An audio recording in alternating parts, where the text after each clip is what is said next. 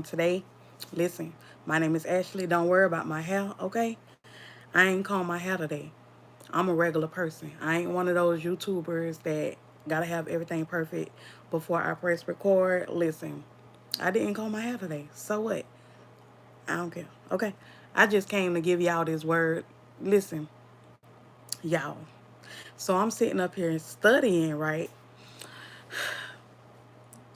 So for months, probably almost going on a year, right? God has been having me up late night, like late night. I remember him giving me a dream and a vision, letting me know that he was going to have me up in the wee hours of the night, doing things, getting closer to him, doing things that, normal people would be doing in the daytime, like spending that time with him. And so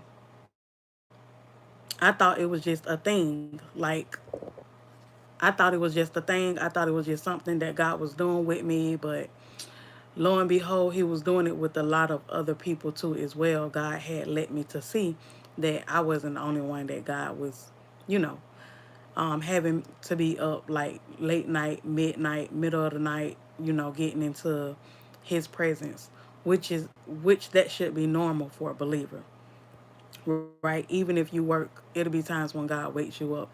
And it could be for a season, it could be, just a few times out of your lifespan, but oh, it's going to happen. But God has me doing this as a lifestyle in this season that I'm in right now. And so it's not too late where I'm at though. It's probably about 11. It's probably about 11:30 going on 12. But anyways, y'all, so I'm studying, and so I'm studying Second Chronicles chapter 4, right? And it talks about how Second Chronicles starts off with Solomon building a temple. When Solomon gained reign of the throne after his dad passed away, after King David left, right? Solomon gained reign over the throne and became king. And it was like in his fifth year that he began to build the temple, right? The same temple that David wanted to build. But this God gave Solomon the assignment to build the temple. And so Solomon builds this temple, and we get to Second Chronicles chapter 4, and Solomon is furnishing the temple. Solomon is putting everything in the temple that God blessed him to put in the temple. And then it talks about the different things, the different objects, the different materials that Solomon puts in this temple. And the reason, and I have a study Bible, so a lot of the verses tells you the reason for these particular objects that are in the temple. And me, I like to do a further study and go outside of the Bible to actually do a deeper dive, because not every detail is not in the Bible. Let's be honest. So I get to chapter 5, and chapter 5 talks about how Solomon called all of Jerusalem, all of the elders, all of the priests, all of the children of God to come into and to join him in dedicating the temple. And the first verse, I could not get past the first verse in Second Chronicles chapter 5. In the first verse, it says, "So all of the work that Solomon had done for the house of the Lord was finished. And Solomon brought in the things which his father David had dedicated, the silver and the gold, and all the furnishings, and he put them in the treasuries of the house of God." And so when I read that particular verse, Second Chronicles chapter 5, verse 1, I'm like, why did he put them in the treasuries of the house of God? Because when you read Second Chronicles chapter 4, you see that most of the things, most of the furnishings of the temple was gold and bronze. That's a different color of silver and gold. Like bronze is a totally different color from silver, and a totally different color from gold. And so it led me to ask, when I was still in chapter 4, it led me to the ask, okay, why is all of these things bronze and gold in chapter 4, but when we come over into chapter 5 verse 1, it tells us that the things that David left behind was silver and gold. And it was like when I was reading it, I immediately thought about a dream that I had last year. And inside this dream, there was a vision that I had, and I had on like this silver outfit, and it was so beautiful, you all. It was like it wasn't sequins, but it was shining, it was glistening like glitter, and it was all silver. I had it was on it was a pantsuit, like one of those really nice, really nice expensive pantsuits with the blazer jacket and the pants, and it was all silver, and I was glistening and shining. And in this particular dream, you all, I was waiting on like an ex-boyfriend, and I was going to meet up with my ex-boyfriend for dinner for my birthday. It was like a B-day dinner, but it was just me and him, and it was going to be some, I think it was going to be like a meetup, but it was kind of like going to be something like a romantic thing that I was meeting up with him. And I remember him showing up late, and I remember me driving to this restaurant, right? And when I got there, it was like the Lord allowed me to see myself in a vision in the dream that I was driving like a convertible car, like some kind of convertible sports car. It was real nice. And when I got out of the car, I noticed that my ex-boyfriend was not in the parking lot to meet me at this restaurant that we had planned on meeting at to have dinner. And when I got out the car, I noticed my outfit, my silver beautiful outfit from head to toe, beautiful. And then I noticed him pulling up in a big truck. It was like one of them huge big trucks with the big four wheels on it. I'm talking about like a truck that sit this high. And he pulls up in a parking lot. And I remember not even like looking his way, like I'm proceeding straight to the restaurant, because one thing you're not going to do is waste my time. I've learned that in relationships, now that I've been single for 8 years, single and celibate for 8 years, I have learned, don't allow nobody to waste your time. Because I spent too much time with God to know what's real, what's not, what's good, what's not. Especially when it comes to, it could be a friendship, it could be a relationship, it could be some kind of connection, whatever it is. And so when he pulled up late. Like, don't pull up after I pull up. If you wanna treat me, or you call yourself digging me and want to take me out and want to be in my presence, don't show up later than me. I'm on time, okay? Don't show up later than me. And so when I seen him pull up, you all, I proceeded to walk into the restaurant. And as I was walking into the restaurant, I got a better glimpse of my outfit. And so I said all this to say this, because in Second Chronicles chapter 5 verses 1 in my study Bible, it says that David might have been disappointed if he had known that many of the valuable objects he commissioned for the temple courts and the sanctuary were relegated to the temple treasuries by Solomon. And so I had to look up the word relegated. It means to demote. It means to downgrade, right? It's the opposite of promote and upgrade. It means to downgrade. And so God is saying, when you were low and you thought that you didn't have nothing left to give, have nothing left to offer, have nothing left to receive from God, or whatever it may have been, like you just low on your hope and you ain't got nothing and you down and out and you just don't know where your next whatever is coming from. God is saying, when you had those highlight reels, when you were doing good, when you were on the up and up, right? When you really didn't have a worry in the world, right? When you was doing good, God was storing up for the times that he knew that you would be losing. God was storing up for the times that he knew that you would be down and out. God was storing up for the times that he knew that you would be in lack. God was storing up for the times when he knew that you would have nothing, right?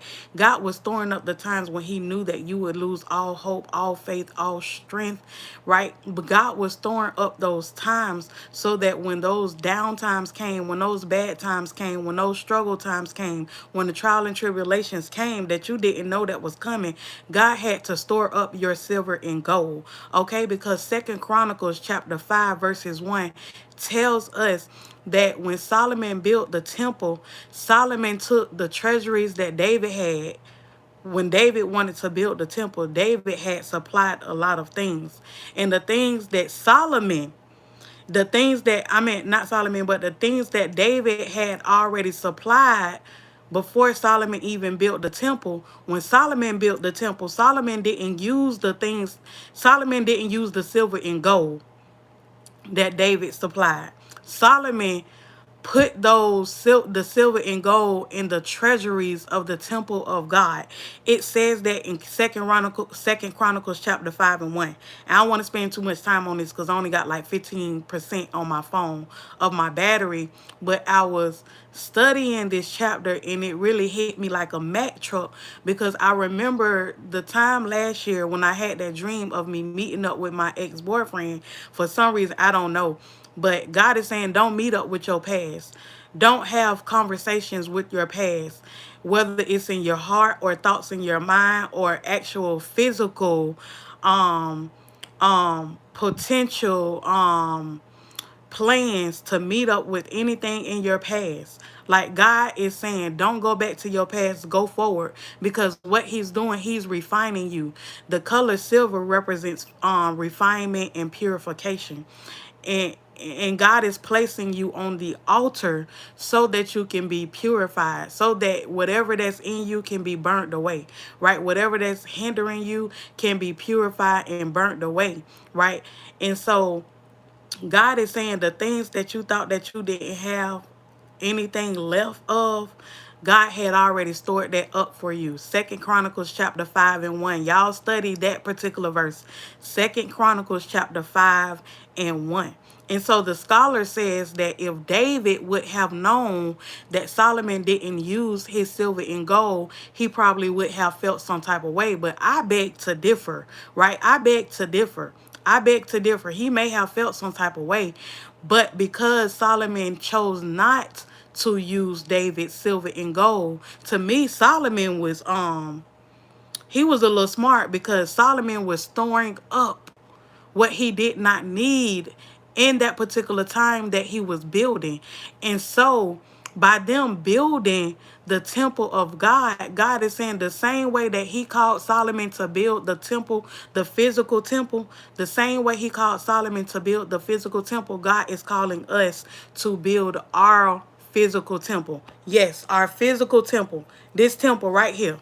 God is calling us to rebuild the ruins. He's calling us to rebuild our temple, and we're not rebuilding on our own. When Solomon rebuilt that temple, or when Solomon built that temple, right, he didn't do that by himself. He had help.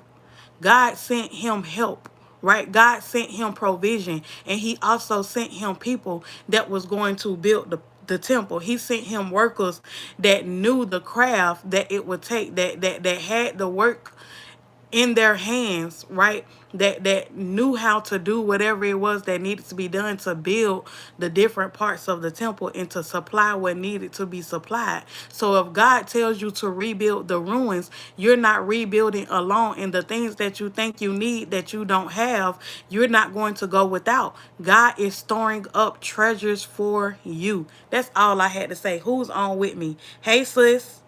Yes, Lord. Yes, Lord. Okay. I told the people, don't worry about my hair. Don't worry about how I'm looking, okay? I just came to give the word of the Lord, right? And so God is saying, don't worry about what treasures you think you don't have. He has already stored the treasures up for you. And this right here may be a challenge for somebody. Just because the Lord is storing up treasures for you, that don't mean that you don't have to store up the treasures that God told you to store up on your end. Okay. And I'm speaking to myself too. Because it's some things that I got to let go. It's some things I got to scale back, cut back on. It's some things I got to kill my flesh, right? Especially food. Y'all know I love food. I don't know if y'all know that, but listen. And it's certain types of food that be having me in a chokehold. And God is saying, if you don't release that treasure of food, you're going to store that treasure up in heaven. And that's something that you don't even need, because I supply your need, right? I want to give you riches of my glory, right?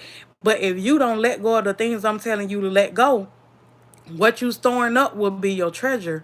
And so just because I came on here to let y'all know that God has already stored up y'all treasures, you have to be careful what you're storing up on your end, what God tells you to store up. Okay, we got to be obedient, and we also have to truly be intentional. Thank you, Holy Spirit. That's the word, intentional. We got to be intentional. And I'm going to take you back to this dream, because I was intentional with meeting up with one of my ex-boyfriends, knowing that we wasn't on the same type of time physically, because I was on time and he was late, right?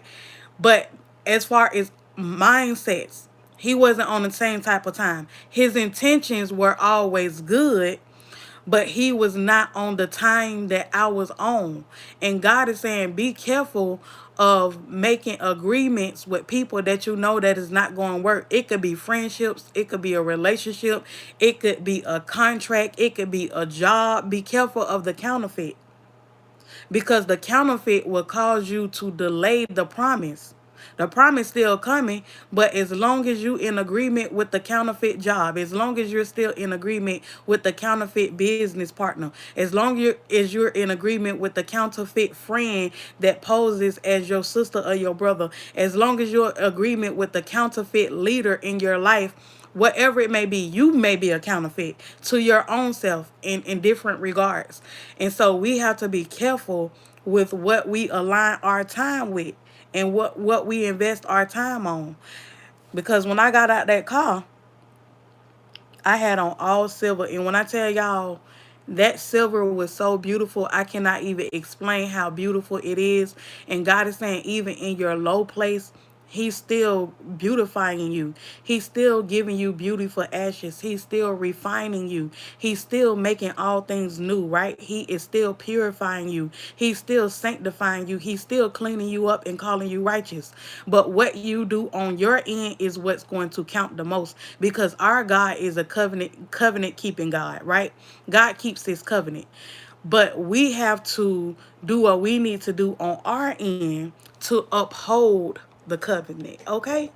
Y'all, this is a word for somebody, because I know it's a word for me. So I know this word is for somebody, okay? But I'm about to go back to studying. Um, and yeah, I'm about to go back to studying, because I know that God is speaking in this hour. And I want y'all to get what I'm getting from God. I don't want to be greedy and withhold the word. I want y'all to get what I'm getting from God, because it's going to help somebody. I used to be, oh God, I don't want to give the word to nobody if it's not for them, because I don't want people to be taking the word and it's not for them, and then they be in trouble and not test the word, right? Because we still have to test the word. Just because I want this word to be for y'all because it's for me, you still got to test the word, because everybody is in a different season. And so whomever is listening, right? Whoever is the second viewer that's just jumped on, hey, how you doing? Go ahead and like it up, like the video, share it with somebody, because I know it's going to bless somebody. We're talking about God has storage for you that you don't even know about. God is storing up some things for you in your life, right, that you don't even know about. But what are you doing on your end to uphold the storage? What are you doing on your end to keep the storage intact? What are you doing on your end to come out of agreement with the things that is going to block and hinder, right, the storage that God has for you that's stored up? Because if you are not alert, right, or if you are in agreement with things that you're not supposed to be in agreement with, knowingly or unknowingly, it can block your way to access the storage that God has for you. And guess what, baby? I'm gonna let you know right now, I need my whole access. I need all that God has for me. I need full access, okay? And so now it's time for you to deny access to certain people in your life. It's time for you to not deny access. You can love people from a distance. You can love certain things from a distance, but don't allow it to hinder you where you falling weak to the temptation or certain things like that. You know what I'm talking about? But yeah, yeah, child. I just had to come and share. Okay. Y'all take this word back to God. Second Chronicles chapter 4 and also Second Chronicles chapter 5, verse 1. Go back and listen to the replay to get a deeper understanding. I know I probably missed something, but I really, I probably missed a detail, but it's okay. I'll come back if I did.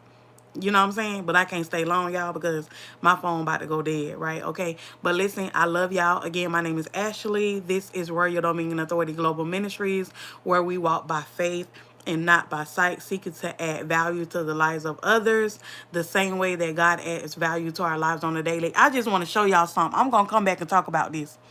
The Roku home screen. I know y'all probably can't see the details on it right now really good like that, but I'm going to come back and talk to y'all about that one day, about the Roku home screen. I do not like it. It's so evil and demonic to me. I don't like it. But it just did that because I didn't keep my music playing as I was studying because I was so deep into my study. But I don't like when it sit on the home screen like that because the home screen got so much demonic influence on it. Like, the entertainment business is so devilish, right? But anyways, that's another topic for another day, you all. I love you all. I love you all. I love you all. I pray that y'all have a successful day on tomorrow. If it's the Lord's will, if you see tomorrow, I pray that y'all have a blessed week. And listen, I'm here. Your sis is here. Your sister is here. But good night, y'all. Good night, good night, good night. This was like a pop-up live. And I just pray that everybody is good. Y'all pray for your girl. Don't pray for me if your prayers ain't sincere. And I'm always praying for you all. All right? I'll talk to y'all later.